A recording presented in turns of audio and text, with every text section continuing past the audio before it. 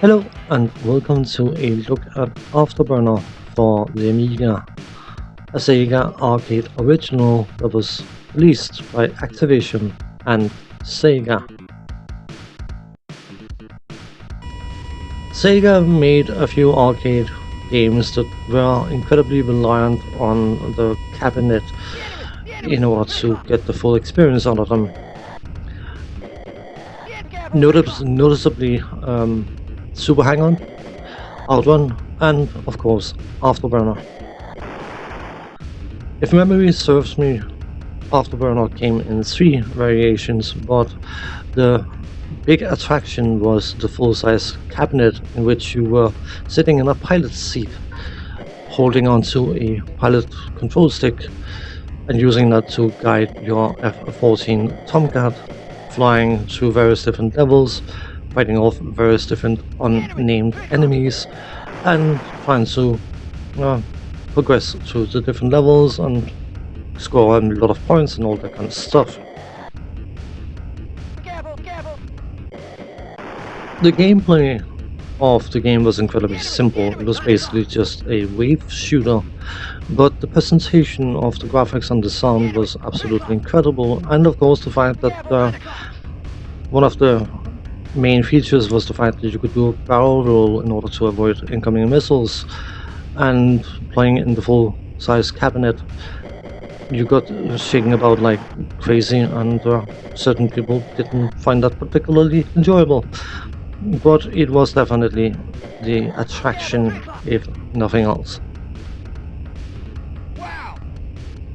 Obviously, trying to convert such an arcade original to home computer systems could never end up being nearly as successful, development of how good or bad the conversions were.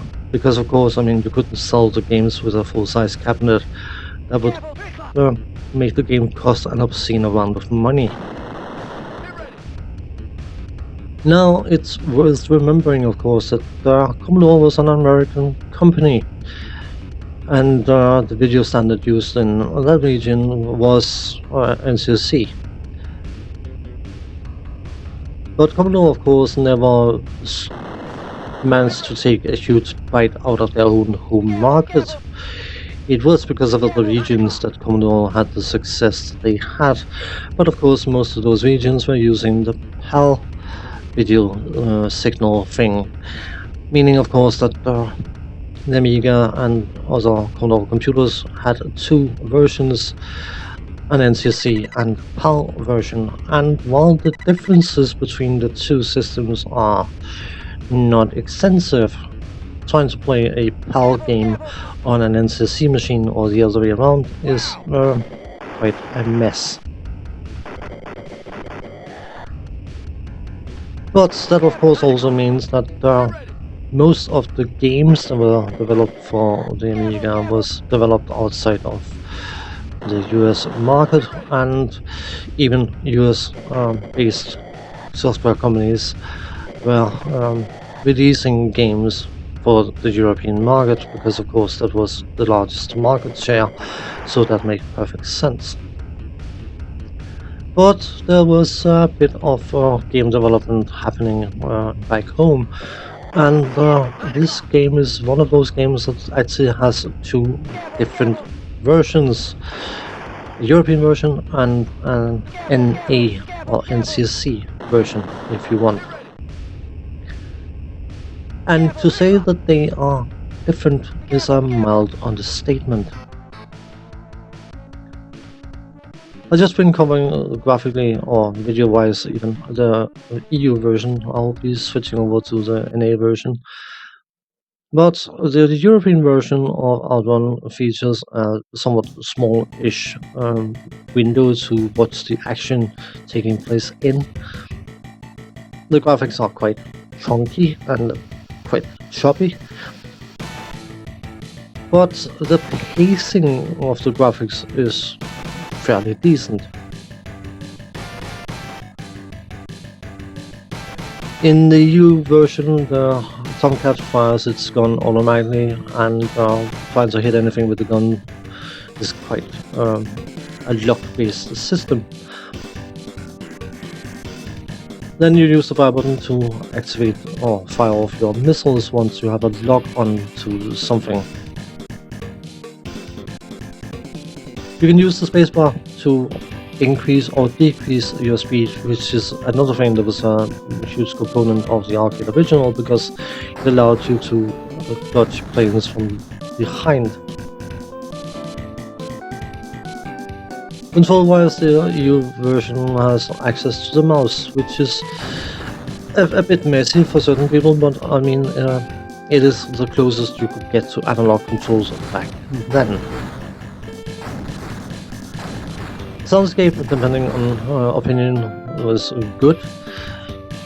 The music was quite hip, and the sound effects were satisfying, and you had the occasional call out from your co-pilot.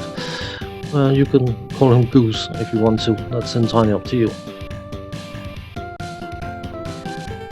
Generally considered to be a mess overall.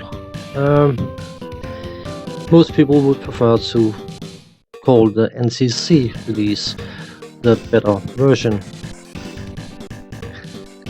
The NCC release of Afterburner was graphically more accurate to the arcade original's material, but the pacing of the game is quite gentle, to put it that way. In the NCC version, you use the fire button to fire your gun, and then if there's something you lock onto, you will fire off missiles at whatever you are locked onto. You can also use the spacebar to fire off the missiles even independently. You don't have a key for activating or changing the speed, and you don't have access to the mouse control, meaning that you are relegated to playing with a joystick, and overall it feels a bit stiff. The sound design is very gentle, I would say. The music is sort of almost soothing, and while the sound effects are not bad at all, there's no speech of any kind in this particular version. A lot of commentators have claimed that the EU version is garbage and the NCC version is far more playable. But I would argue that, of course, like with any other game, that is entirely up to the individual. The EU version is definitely a mess overall.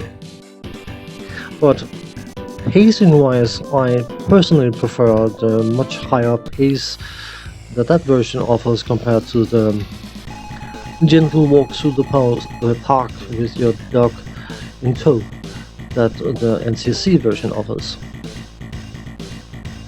Ultimately, if you took the best parts of the EU version and combined with the best parts of the NCC version, you would likely end up with a fairly decent arcade conversion overall. The comments concerning the two versions is generally that the EU version sucks and the NCC version is far superior. But trying to be neutral, trying to be the devil's advocate and all those good things, yes, from a raw technical point of cleanliness view, the NCC version is the better version, but that complete lack of pace, I can't help but feel makes it feel incredibly dull. On that note, thanks for watching, take care, see you next time, bye bye for now.